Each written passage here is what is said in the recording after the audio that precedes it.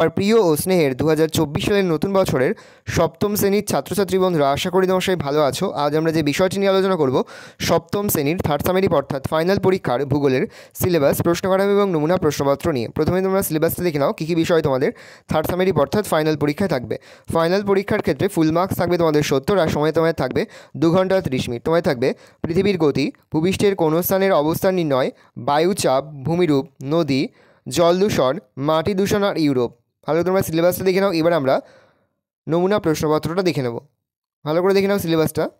দেখো, সরাসরি স্ক্রিনে কিন্তু আমরা সপ্তম শ্রেণীর থার্ড সামেটিভ অর্থাৎ ফাইনাল পরীক্ষার ভূগোলের কোশ্চেনটা দেখতে পাচ্ছ। ফুল মার্কস তোমাদের রয়েছে 70, আর সময় তোমাদের রয়েছে 2 ঘন্টা 30 মিনিট। আগে থেকে রয়েছে সঠিক উত্তরটি বেছে নিয়ে সম্পূর্ণ বাক্যটি লেখো, যে কোনো 16টি। প্রতিটি প্রশ্নের মান 1 করে 1 × 16 = 16। প্রথম, ভারতের প্রমাণ দ্রাঘিমারেখার মান 82 ডিগ্রি 30 মিনিট পূর্ব, 88 ডিগ্রি 30 মিনিট পূর্ব, 90 ডিগ্রি 30 মিনিট পূর্ব, 92 ডিগ্রি 30 মিনিট পূর্ব, 82 ডিগ্রি 30 মিনিট পূর্ব। প্রশ্ন, সমাক্ষ রেখাগুলির মধ্যে একমাত্র মহাবৃত্তটি হলো কর্কটক্রান্তি রেখা, মকরক্রান্তি রেখা, সুমেরুবৃত্ত রেখা, নিরক্ষরেখা। উত্তর হবে নিরক্ষরেখা। প্রশ্ন, পার্বত্য অঞ্চলে স্ফুটনাঙ্ক একটু বৃদ্ধি পায়, অনেক বৃদ্ধি পায়, কমে যায়, প্রায় একই রকম থাকে। উত্তর হবে কমে যায়। প্রশ্ন, পৃথিবীর ছাদ বলা হয় পামির মালভূমি, লাদাখ মালভূমি, মালব মালভূমি, তিব্বত মালভূমি। উত্তর হবে পামির মালভূমি। প্রশ্ন, বায়ু চাপ কক্ষের বিস্তার দক্ষিণ গোলার্ধে, উত্তর গোলার্ধে, পূর্ব গোলার্ধে না পশ্চিম গোলার্ধে বেশি? উত্তর হবে উত্তর গোলার্ধে বেশি। প্রশ্ন, শাখা নদী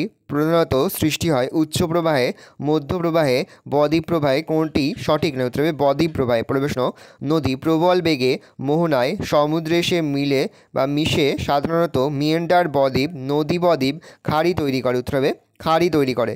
যে বছর লিপিয়ার বা অধিবর্ষ হয় সেই বছরের দিন সংখ্যা হবে 365, 366, 367, 368, 366। প্রশ্ন, মিনামাটা রোগ হয় ক্যাডমিয়াম সীসা, পারদ না ফ্লোরাইড জাতীয় রাসায়নিক পদার্থ দ্বারা জল দূষণের ফলে? উত্তরে পারদ। প্রশ্ন, নদী প্রবল বেগে মোহনায় সমুদ্রে এসে মিশলে সাধারণত মিয়েন্ডার বদ্বীপ, নদী বদ্বীপ, খাড়ি তৈরি হয়। তবে খাড়ি তৈরি হয়। প্রশ্ন, ইউরোপের বিখ্যাত সরলবর্গীয় বৃক্ষের বনভূমি স্টেপ নাতিশীতোষ্ণ পর্ণমোচী তৈগা সিলভা নামে পরিচিত। হবে তৈগা। প্রশ্ন, পৃথিবীর সূর্যকে পরিক্রমণের জন্য পৃথিবীতে দিনরাত্রি ঋতু পরিবর্তন, জোয়ার ভাটা, মেরু প্রবাহ দেখা যায়। উত্তর হবে ঋতু পরিবর্তন। পরের প্রশ্ন, মূলমধ্যরেখার মান 0 ডিগ্রি পূর্ব, 90 ডিগ্রি উত্তর, 0 ডিগ্রি 180 ডিগ্রি। তবে 0 ডিগ্রি। প্রশ্ন, গ্রিনিচের প্রমাণ সময়ের সঙ্গে ভারতের প্রমাণ সময়ের পার্থক্য 5 ঘন্টা 30 মিনিট, 4 ঘন্টা, 6 ঘন্টা, 7 ঘন্টা। ধরে 5 ঘন্টা 30 মিনিট। প্রশ্ন, বায়ুর চাপ পরিমাপ করার যন্ত্রের নাম ব্যারোমিটার, অ্যানিমোমিটার,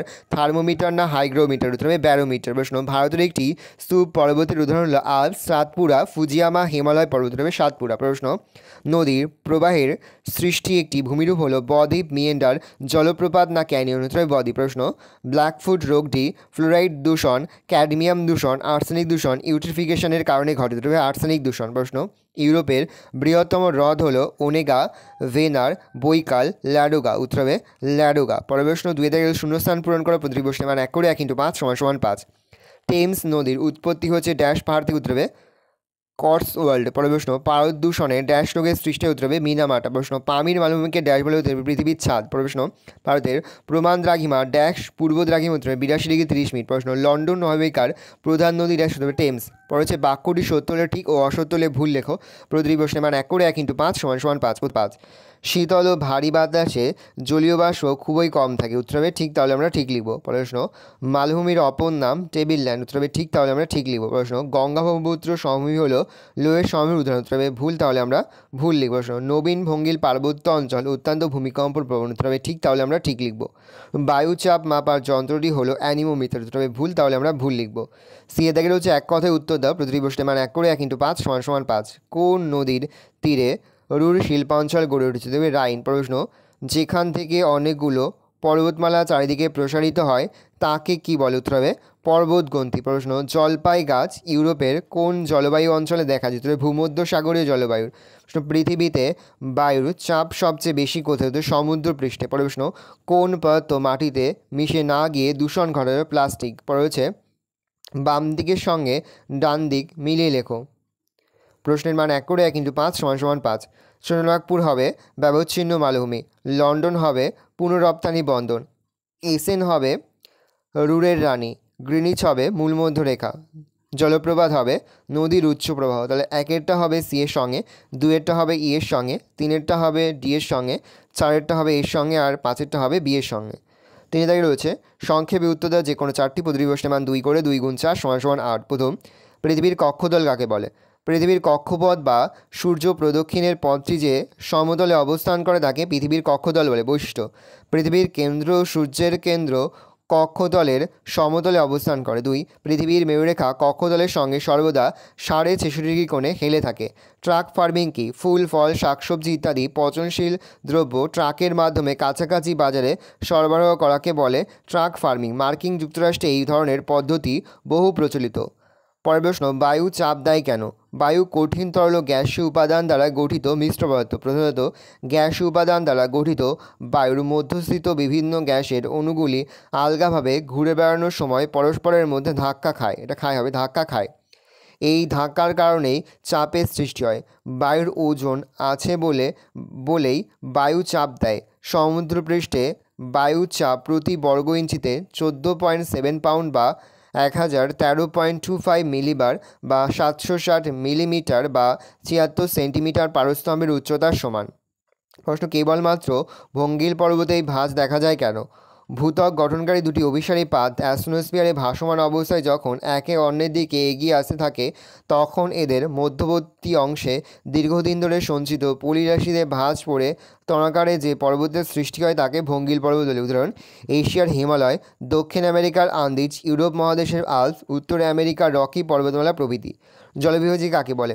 যে উচ্চভূমি পাশাপাশি অবস্থিত দুই বা ততোধিক নদীগোষ্ঠী ও নদী অববাহিকাকে পৃথক করে তাকে জলবিভাজিকা বলে। সাধারণত নদীর জল পাহাড়, পর্বত, মালভূমি, উচ্চভূমি জলবিভাজিকার অবস্থান অনুসারে ভিন্ন ভিন্ন দিকে নিষ্কাশিত হয়। উদাহরণ: এশিয়া মহাদেশের মধ্যভাগের উচ্চ পার্বত্য অঞ্চল হল পৃথিবীর বৃহত্তম জলবিভাজিকা অঞ্চল। জলদূষণ কাকে বলে? প্রাকৃতিক ও মানবিক কারণে জলে এক বা একাধিক অবাঞ্ছিত, দূষিত বা বিষাক্ত পদার্থ মিশে জলের ভৌত, রাসায়নিক ও জৈব বৈশিষ্ট্যের পরিবর্তন ঘটালে এবং তার ফলস্বরূপ সেটি মানুষ ও প্রাণীর পানের অযোগ্য অথবা জলজ জীবগোষ্ঠীর বসবাসের অযোগ্য হলে তাকে জলদূষণ বলে। এক কথায়, মনুসৃষ্ট ও প্রাকৃতিক কারণে জলে প্রাকৃতিক, রাসায়নিক ও জৈব উপাদানগুলির গুণমান নষ্ট হওয়াকে জলদূষণ বলে। পোল্ডার ভূমি কি? ডাচ শব্দ পোল্ডারের অর্থ হলো বাঁধ দিয়ে ঘেরা জলপ্রবাহ ব্যবস্থাপনার কৃত্রিম ব্যবস্থাযুক্ত নিম্নভূমি। নেদারল্যান্ডের সমুদ্রগর্ভ থেকে উদ্ধার করা কৃষিকাজের জন্য ব্যবহৃত জমি হলো পোল্ডার ভূমি। এগুলি বাঁধ দ্বারা ঘেরা থাকে। উন্নত ব্যবস্থাপনায় এখানে চাষবাস করা হয়। উদাহরণ: নুডাস্ট পোল্ডার, উইরেমিং পোল্ডার। রয়েছে জুইদার্জি প্রকল্প বলতে কী বোঝো? নেদারল্যান্ডের জনসংখ্যার অনুপাতে কৃষিজমি অনেক কম, সেজন্য ডাচরা সমুদ্রগর্ভ ভরাট করে কৃষিজমি অর্থনৈতিক কর্মক্ষেত্র বৃদ্ধি করেছে। পোল্ডার ভূমি সৃষ্টির সবচেয়ে বড় প্রকল্প হল জুইডার্জি।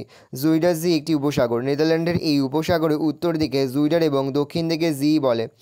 1932 খ্রিস্টাব্দে জুইডার্জি উপসাগর এবং উত্তর সাগরের সংযোগস্থলে দীর্ঘ 30 কিমি বাঁধ নির্মাণ করে নর্থ হল্যান্ড ও ফ্রিজল্যান্ড প্রদেশকে যুক্ত করা হয়েছে। এই বাঁধের দক্ষিণে ইসেলমির বা ইসেল হ্রদ সৃষ্টি হয়েছে। এই ইসেল হ্রদের জল সমুদ্রে অপসারিত করে 6টি পোল্ডার ভূমি পুনরুদ্ধার করে চাষের উপযোগী করা হয়েছে।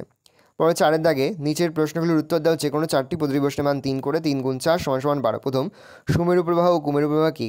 উভয় মেরু অঞ্চলে যখন একটানা রাত চলতে থাকে তখন আকাশে মাঝে মাঝে রামধনুর মতো একরকম অস্পষ্ট বর্ণময় মৃদু আলোকজ্যোতির সৃষ্টি হয়, তাকে মেরুজ্যোতি বলে। উত্তর মেরুতে কুমেরু প্রবাহকে সুমেরু প্রবাহ বা উদ্দীচ্য উষা এবং দক্ষিণ মেরু অঞ্চলকে মেরু প্রবাহকে কুমেরু প্রবাহ বা আবাচিন উষা বলে।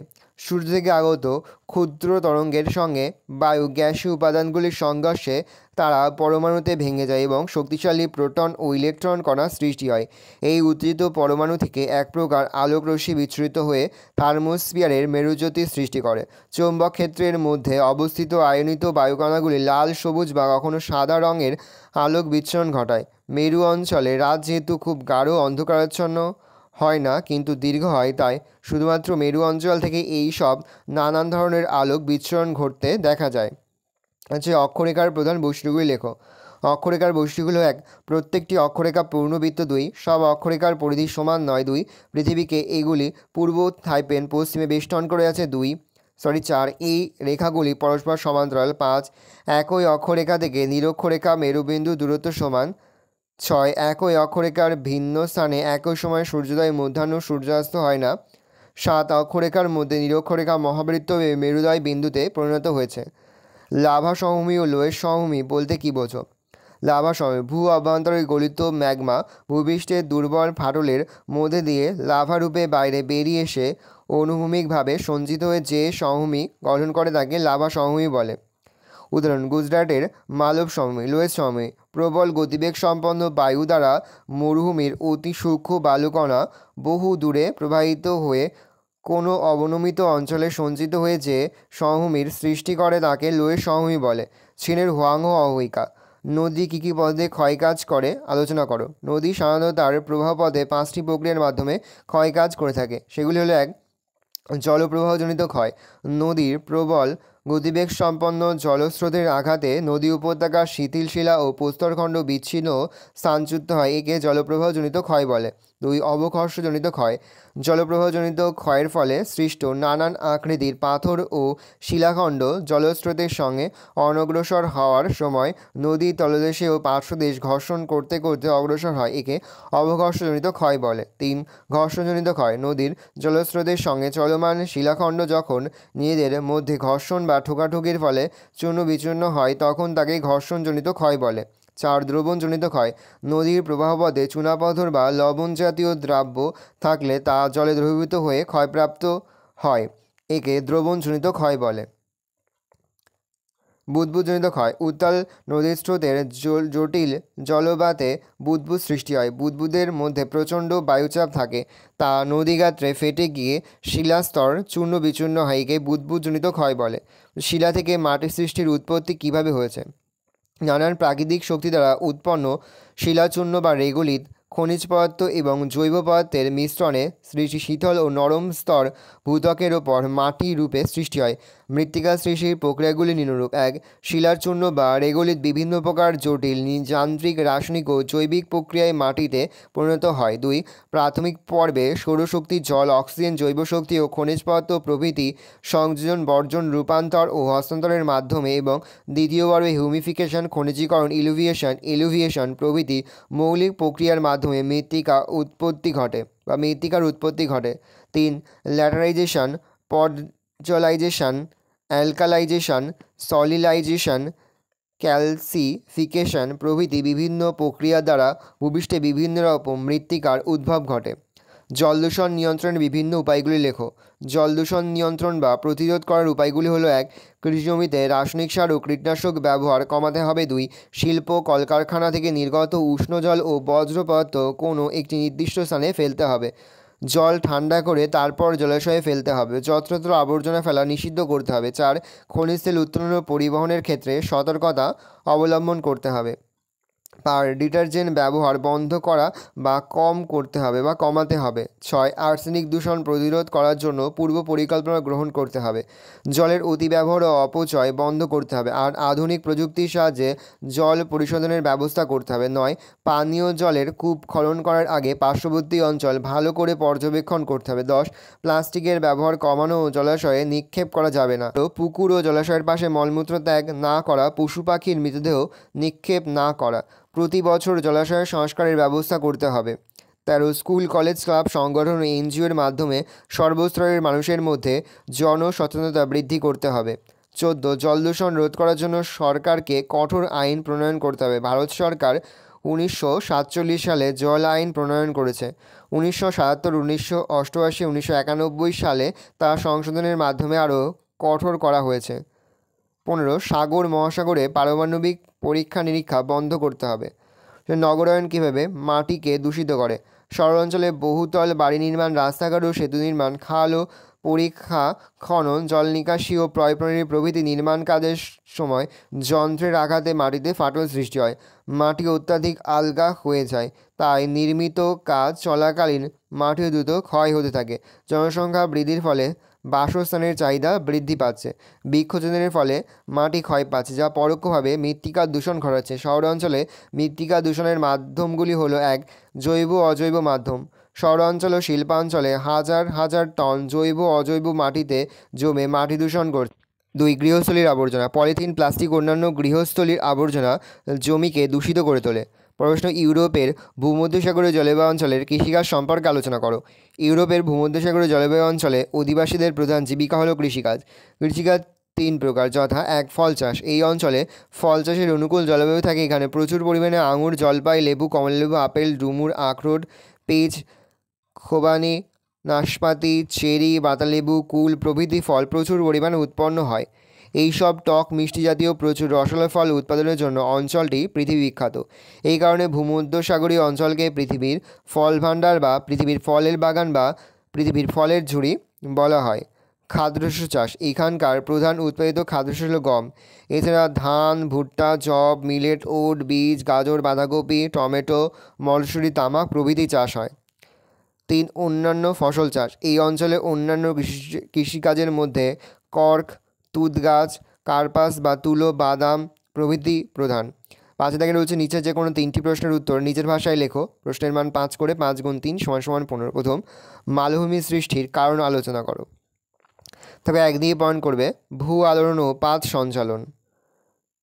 ভালো করে দেখে আমি আর মুখে বলছি না, মুখে বললে ভিডিওটা একটা বড় হয়ে তোমাদেরই অসুবিধা হবে। আমি আস্তে আস্তে স্ক্রল ডাউন করছি, তোমরা কিন্তু অবশ্যই ভিডিওকে থামিয়ে বা স্ক্রিনশট নিয়ে কিন্তু সম্পূর্ণ উত্তর তোমার খাতাতে নোট ডাউন করে নেবে। 2 দিয়ে পয়েন্ট করবে ভূপৃষ্ঠের ক্ষয় সাধন। 3 দিয়ে পয়েন্ট করবে ভূপৃষ্ঠের লাভা সঞ্চয়। এটা লাভা সঞ্চয় হবে। পরের প্রশ্ন, নদীর নিম্নগতির সঞ্চয়কার্যের ফলে সৃষ্ট ভূমিরূপগুলির পরিচয় দাও। 1 দিয়ে পয়েন্ট করবে প্রশস্ত বা চওড়া নদী উপত্যকা। 2 দিয়ে পয়েন্ট করবে প্লাবনভূমি। 3 দিয়ে পয়েন্ট করবে স্বাভাবিকবাদ বা লেভি। 4 দিয়ে পয়েন্ট করবে খাঁড়ি। 5 দিয়ে পয়েন্ট করবে বদ্বীপ। ভালো করে দেখে নাও। প্রশ্ন, মাটি দূষণ নিয়ন্ত্রণের বা প্রতিরোধের উপায়গুলি সংক্ষেপে আলোচনা করো। ভালো করে দেখে নাও। 1 দিয়ে পয়েন্ট করবে ব্যক্তিগত উপায়। 2 দিয়ে পয়েন্ট করবে বিজ্ঞানসম্মতভাবে বজ্র সংগ্রহ ও পরিশোধন। 3 দিয়ে পয়েন্ট করবে প্রযুক্তিগত উপায়। 4 দিয়ে পয়েন্ট করবে রাসায়নিক সারের ব্যবহার কমানো। 5 দিয়ে পয়েন্ট করবে আইন প্রণয়ন। 6 দিয়ে পয়েন্ট করবে জনসচেতনতা বৃদ্ধি। 5-এর 4 হচ্ছে অক্ষরেখা ও দ্রাঘিমারেখার মধ্যে পার্থক্য লেখো। ভালো করে পার্থক্যটা দেখে নাও। এখানে বেশ কয়েকটি পার্থক্য লেখা রয়েছে, এখান থেকে যে কোনো 5 থেকে 6টি পার্থক্য লিখলেই কিন্তু হয়ে যাবে। ভালো করে দেখে নাও, আমি আস্তে আস্তে স্ক্রল ডাউন করছি। এখান থেকে 5 থেকে 6টি পার্থক্য লিখলেই কিন্তু হয়ে যাবে। ভালো করে দেখে নাও। পরের প্রশ্ন, লন্ডন অববাহিকার উন্নতিতে টেমস নদী গুরুত্বপূর্ণ কেন, বা টেমস নদীর গুরুত্ব লেখো। খুবই গুরুত্বপূর্ণ একটা প্রশ্ন, ভালো উত্তরটা দেখে নাও।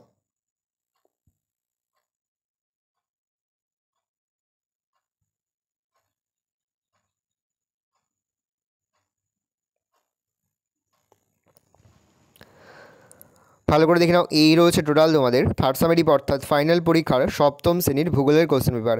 ভালো তোমার কোশ্চেনটা দেখে নাও। আশা করি ভিডিওটা ভালো লেগেছে। ভিডিওটা ভালো লাগলে ভিডিওকে লাইক করতে দেখতেই ভুলবে না। আর আমার চ্যানেল নতুন হওয়া তাহলে সাবস্ক্রাইব প্রেস করে পাশে বেল আইকন প্রেস করে যখন নতুন করে ভিডিও আপলোড করি সবার ফার্স্ট নোটিফিকেশন তোমরা পেয়ে যাও। আর এই ভিডিওটি তোমার বন্ধু বান্ধবী আত্মীয়স্বজন সবার মধ্যে কিন্তু অনেক শেয়ার করে, যে এবছর সপ্তম শ্রেণীতে পড়ছে। আমরা কিন্তু ইতিমধ্যে সপ্তম শ্রেণীর প্রতিটি বিষয়ের সিলেবাস, প্রশ্নকাল এবং নমুনা প্রশ্নপত্র কিন্তু আপলোড করে দিয়েছি। তোমরা যদি এখনও পর্যন্ত সেই ভিডিওগুলো না দেখে থাকো, ভিডিওগুলো কিন্তু তাড়াতাড়ি দেখে নাও। তোমাদের সকলকে জানাই আগাম পরীক্ষার অনেক শুভেচ্ছা এবং অভিনন্দন। আশা করি সকলের পরীক্ষায় খুব ভালো হবে। একেবারে ভিডিও শেষে স্ক্রিনে তোমরা একটা প্লেলিস্ট দেখতে পারবে, তারপরে ক্লিক করলেই সমস্ত ভিডিওগুলো কিন্তু তোমরা পর দেখে নিতে পারবে। কোনো প্রশ্নের উত্তর লিখতে বা বুঝতে যদি কোনো রকম অসুবিধা হয় তাহলে কিন্তু নির্দ্বিধায় কমেন্ট সেকশনে কমেন্ট করে জানাতে একদমই ভুলবে না। তাহলে তোমরা কোশ্চেনটা দেখে নাও। আজ আমরা যে প্রশ্ন উত্তরগুলি নিয়ে আলোচনা করলাম, প্রতিটি প্রশ্ন উত্তরই কিন্তু এবছরের পরীক্ষার জন্য খুবই গুরুত্বপূর্ণ। সেহেতু প্রতিটি প্রশ্ন উত্তরই তোমাদের খাতে লিখে তোমরা কিন্তু মুখস্থ করে ফেলবে।